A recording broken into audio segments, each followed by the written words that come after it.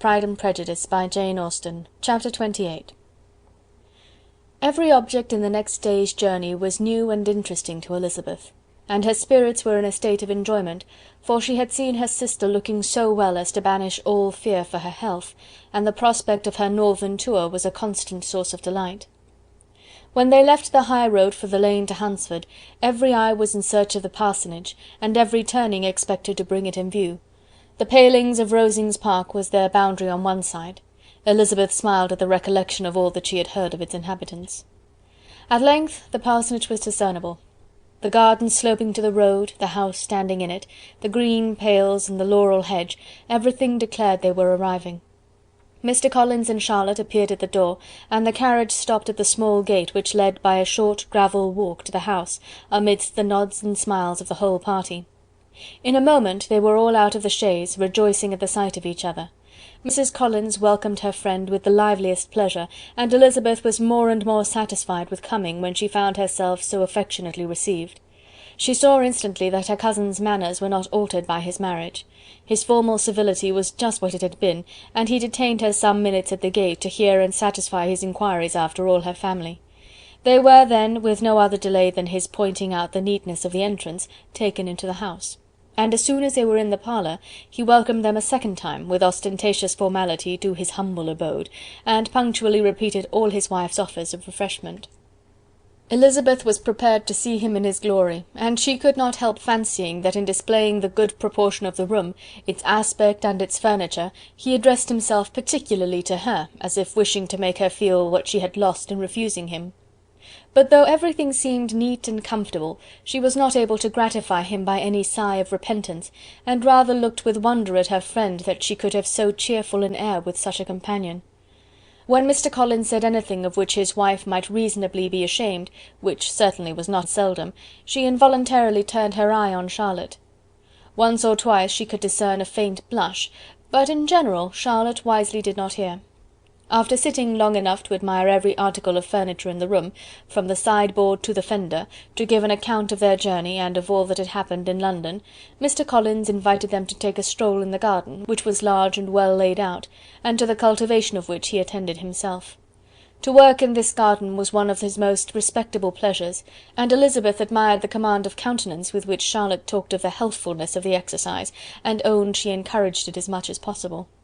Here, leading the way through every walk and cross-walk, and scarcely allowing them an interval to utter the praises he asked for, every view was pointed out with a minuteness which left beauty entirely behind.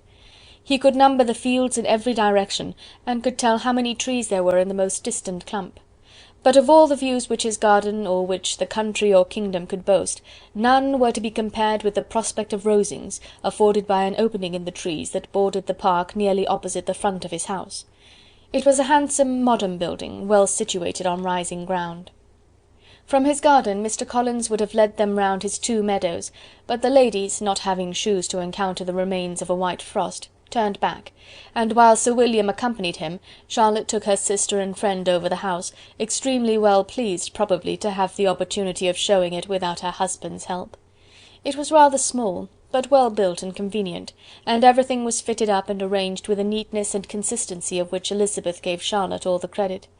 When Mr. Collins could be forgotten, there was really an air of great comfort throughout, and by Charlotte's evident enjoyment of it, Elizabeth supposed he must be often forgotten.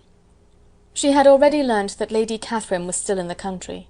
It was spoken of again while they were at dinner, when Mr. Collins, joining in, observed: "Yes, Miss Elizabeth, you will have the honour of seeing Lady Catherine de Bourgh on the ensuing Sunday at church, and I need not say you will be delighted with her. She is all affability and condescension, and I doubt not but you will be honoured with some portion of her notice when service is over. I have scarcely any hesitation in saying she will include you and my sister Maria in every invitation with which she honours us during your stay here. Her behaviour to my dear Charlotte is charming.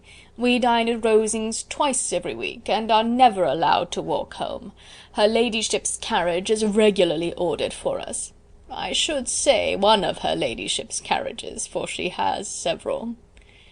"Lady Catherine is a very respectable, sensible woman indeed," added Charlotte, "and a most attentive neighbour."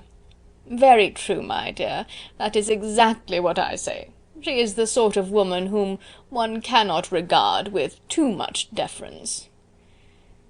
The evening was spent chiefly in talking over Hertfordshire news, and telling again what had already been written, and when it closed, Elizabeth, in the solitude of her chamber, had to meditate upon Charlotte's degree of contentment, to understand her address in guiding, and composure in bearing with, her husband, and to acknowledge that it was all done very well. She also had to anticipate how her visit would pass: the quiet tenor of their usual employments, the vexatious interruptions of Mr. Collins, and the gaieties of their intercourse with Rosings. A lively imagination soon settled it all.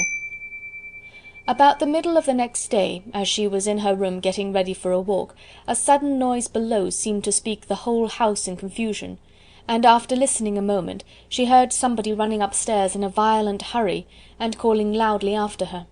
She opened the door and met Maria in the landing-place, who, breathless with agitation, cried out, "Oh, my dear Eliza, pray make haste and come into the dining-room, for there is such a sight to be seen! I will not tell you what it is. Make haste and come down this moment."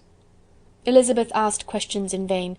Maria would tell her nothing more, and down they ran into the dining-room, which fronted the lane, in quest of this wonder. It was two ladies stopping in a low phaeton in the garden gate. "And is this all?" cried Elizabeth. "I expected at least that the pigs were got into the garden, and here is nothing but Lady Catherine and her daughter." "La, my dear," said Maria, quite shocked at the mistake, "it is not Lady Catherine. The old lady is Mrs. Jenkinson, who lives with them. The other is Miss de Bourgh. Only look at her! She is quite a little creature. Who would have thought that she could be so thin and small? She is abominably rude to keep Charlotte out of doors in all this wind. Why does she not come in?" "Oh, Charlotte says she hardly ever does. It is the greatest of favours when Mr. Bourgh comes in." "I like her appearance," said Elizabeth, struck with other ideas. "She looks sickly and cross. Yes, she will do for him very well. She will make him a very proper wife." Mr. Collins and Charlotte were both standing at the gate, in conversation with the ladies, and Sir William, to Elizabeth's high diversion, was stationed in the doorway, in earnest contemplation of the greatness before him, and constantly bowing whenever Mr. Bourgh looked that way. At length there was nothing more to be said. The ladies drove on, and the others returned into the house. Mr. Collins no sooner saw the two girls than he began to congratulate them on their good fortune, which Charlotte explained by letting them know that the whole party was asked to dine at Rosings the next day. Chapter 28